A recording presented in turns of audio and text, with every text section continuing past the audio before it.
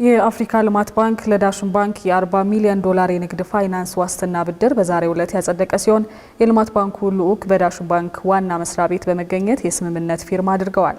አህጉራዊ የልማት ባንኩ የሰጠው የዋስትና ብድር የኢትዮጵያን የፋይናንስ ዘርፍ ለማጠናከር እንዲሁም ደግሞ አነስተኛና መካከለኛ ኢንተርፕራይዞችን ብሎም የሀገር ውስጥ ኮርፖሬሽኖችን ለማጎልበት ያለመ ነው ተብሏል። በዚህ የንግድ ፋይናንስ ዋስትና ብድር መሰረት የአፍሪካ ልማት ባንክ በዳሽን ባንክ በኩል ለሚቀርቡና ክፍያ ላልተከፈለባቸው ከንግድና ከፋይናንስ ጋር ለተገናኙ ሰነዶች የባንክ ክፍያ ዋስትና እንደሚሰጥ ለማወቅም ችለናል። ዝርዝር ዘገባ አለን። የአፍሪካ ልማት ባንክ ለዳሽን ባንክ የ40 ሚሊዮን ዶላር የንግድ ፋይናንስ ዋስትና ብድር ሲሰጥ ይህ የዋስትና ብድር ያስፈለገው የኢትዮጵያ ባንኮች በዶላር እጥረት ሳቢያ የሚገጥማቸውን ተግዳሮቶች ለመቅረፍ ይረዳ ዘንድ ነው ተብሏል። በተጨማሪም የኢትዮጵያ ባንኮች ከዓለም አቀፍ ባንኮች በቂ የብድር አቅርቦት አማራጮችን ባለማግኘታቸው ደንበኞቻቸውን በበቂ መጠን የመደገፍ አቅም እንደሌላቸው ተጠቅሶ ይህንን አቅም ማሳደግ ታሳቢ አድርጓልም ነው የተባለው። አሁን የአፍሪካ ልማት ባንክ ለዳሽን ባንክ የሰጠው የዋስትና ብድር ታዲያ በኢትዮጵያ የግብርናና የእርሻ ግብዓት እንዲሁም የፋርማሲና ሌሎች አስፈላጊ እቃዎችን ወደ ሀገር ውስጥ ለሚያስገቡ ነጋዴዎች የሚሰጠው ነው ብሏል ዳሽን ባንክ። ከትሬድ ፋይናንሱ ባሻገር ዛሬ አቅም ያላቸው ልባቸው ህልማቸው ትልቅ የሆኑ ባለሀብቶች በሰርቪስ ሴክተሩ ላይ እና በጤና ሴክተሩ ላይ መሳተፍ ይፈልጋሉ።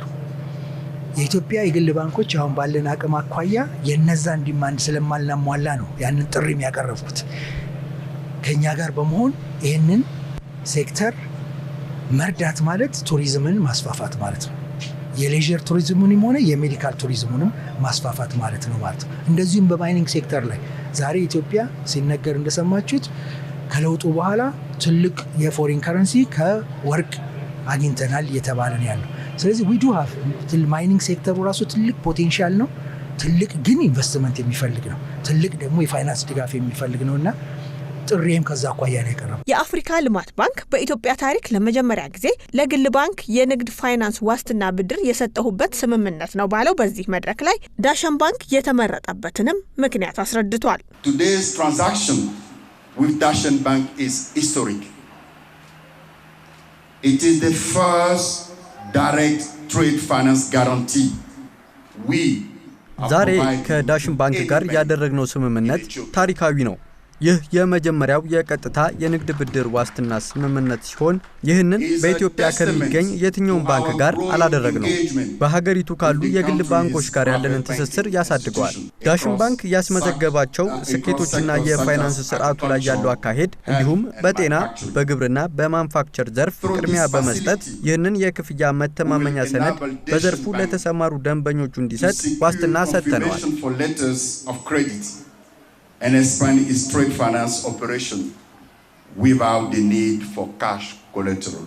በዚሁ መሰረት የአፍሪካ ልማት ባንክ በሚቀጥሉት 3 ዓመታት በዳሽን ባንክ በኩል የሚያቀርበው የንግድ የፋይናንስ ዋስትና ብድር 240 ሚሊዮን ዶላር ያህል መሆኑንም ሰምተናል። የንግድ ፋይናንስ ዋስትና ብድሩ የተመቻቸለት ዳሽን ባንክም ከባህር ማዶ እቃዎችን ለሚያመጡ ደንበኞቼ የውጭ ምንዛሬውን የማስተላልፈው በተለመደው የክፍያ ማስተማመኛ ሰነድ ወይንም ሌተር ኦፍ ክሬዲት አሰራር ነው ብሏል። ምንድነው የሚሆነው? እዚህ ሀገር ያለ እቃ ወደ ሀገር ውስጥ ማስገባት የሚፈልግ ደንበኛ ባንኮች ጋር ይመጣና ምክንያቱም ባንኩ ደንበኛው እዚህ ያለውና ውጭ ያለው አይገናኙም፣ አንዳንዴም ላይ ተዋወቁም ይችላሉ። ስለዚህ መተማመኛ ስራ የሚሰሩት ባንክ ለመሃል ላይ ያሉ ባንኮች ናቸው። ስለዚህ ያንን የሌተር ኦፍ ክሬዲት ወይም የመተማመኛ ሰነዱን እንከፍታለን ማለት ነው። ማለት ለዚህኛው ደንበኛ ፕሮፐር የሆነው ዶክመንቴሽኖች ተሟልተው እቃው ከተላከ በኋላ ገንዘቡን እንከፍላለን የሚል ማረጋገጫ ነው የምንሰጠው ማለት ነው። አሁን በዚህ ሂደት ላይ ምን አለ?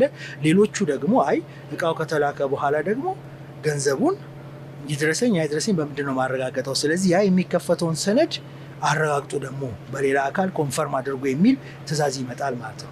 ስለዚህ እንደዚህ አይነት ፋሲሊቲዎች የሚጠቅሙን ምንድነው? በቀላሉ ያንን ለማድረግ ወይ ገንዘብ ማስያዝ አለብሽ ወይ ሌላ አይነት መንገድ መፈለግ አለብሽ። ስለዚህ ይሄ ፋሲሊቲ አሁን መገኘቱ የበለጠ ያንን ያሳልጣል ማለት ዳሽን የሚያስይዘው ገንዘብ አይኖርም። ምክንያቱም እነሱ እኛን አምነውን ይሄን ፋሲሊቲ ሰጥተውናል ማለት ነው።